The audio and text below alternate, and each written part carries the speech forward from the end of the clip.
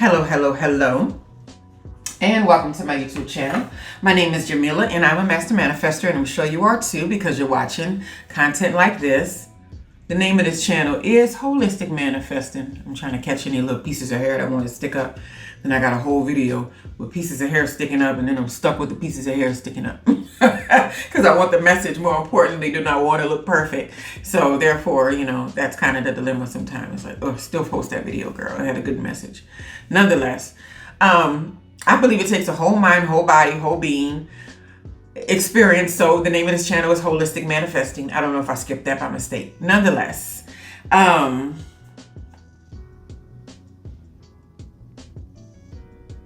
let's get into it. So what I'm talking about today is high road fatigue, right? Okay. So I made notes on this, so I'll look at them periodically. But let's discuss what high road fatigue is.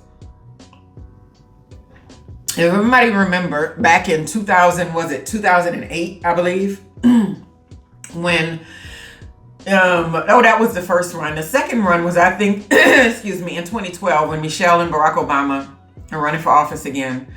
And Michelle's whole thing was about when they go low, we go high kind of thing, right? This is what I was thinking about. Earlier in this week, I remember collapsing on my bed and just like thinking I was so exhausted, right? Dealing with the people that I do work for in different environments, that I do work with in different environments, dealing with my daughters and all these sort of things, and the people that they are connected to and their family and all this sort of thing. I was just mentally drained.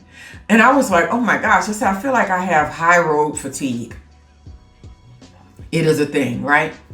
So when you start going on a spiritual journey and you become awakened about, how life actually works and how much power you actually have and some of the non-tangible aspects of this life that we're able to utilize and to create the type of life that we want to live, right?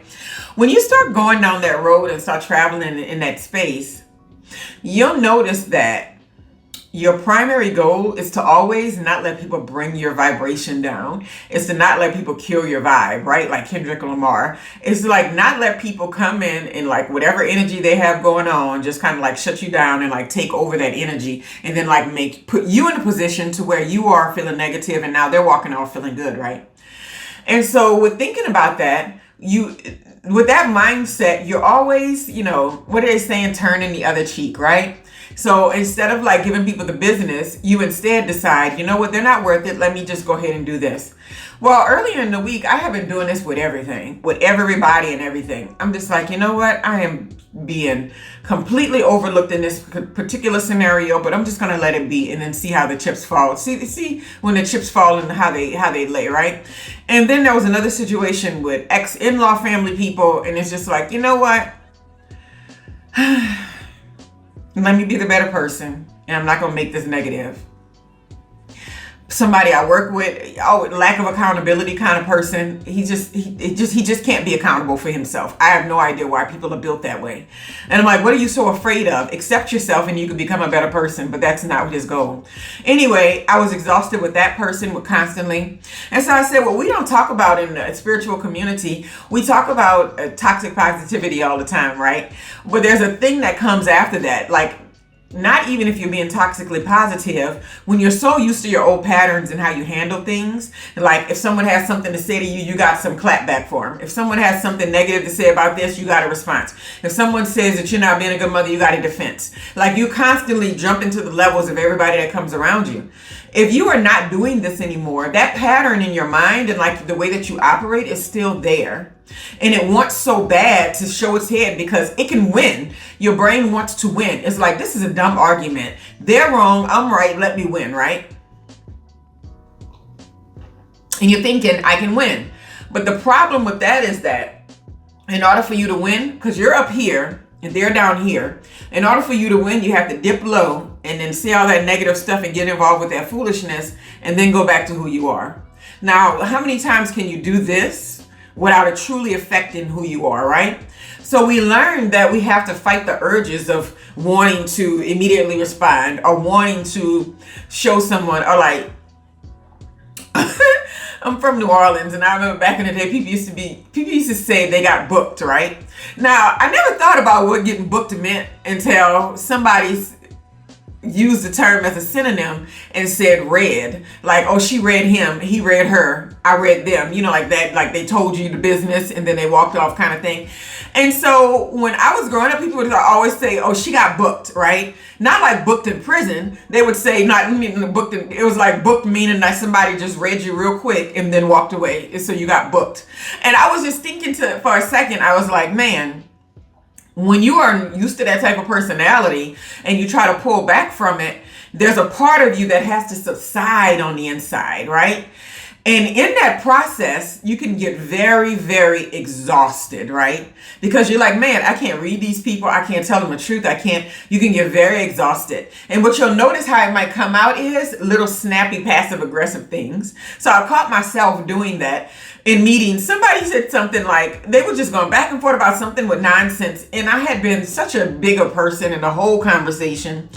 And they were like, I've done 1,000 of these events. And I'm like, 1,000? Woo, really 1,000? Wow, you shouldn't even want to do this. This is like bottom feeding for you. And I was like, that was passive aggressive. And so because of that behavior, it made me feel like, you know what? You need to really evaluate what it means to always take the high road. Because if you're not doing that for the right reasons, if you're doing it to spare other people, if you're doing it because you think somebody else deserves this or it's outside of you, then you're automatically going to feel like you're giving something away, right? So in some environments, I freely take the high road, right? And in other environments like that one that I'm talking about, I don't freely take the high road. I want to take the low road, but I just can't do it because of who I am as a person, and it's just not going to happen.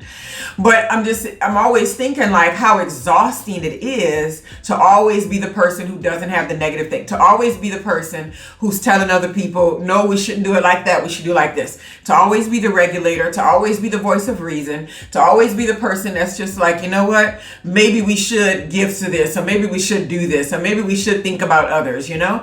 It's very exhausting because sometimes you're in a space or you're in a world or you're in an environment where everybody's always trying to manipulate or have an agenda for other people that they have in their spaces. And then you just walk up all I like people and I think they're great and I just want to be a person or whatever. And they're all, coming at you. And you're just like, dude, I didn't even do anything. So you have to just keep in mind that there is a such thing as high road fatigue. When you take the high road, quite often you can be fatigued from taking a low road, and we see that almost instantly. But you can be fatigued from taking the high road over a long period of time, because in that essence, you have to let people talk negatively about you. You have to let people act like you're a bad mom until they see how badass you are as the years pass, right? And then they kiss your butt.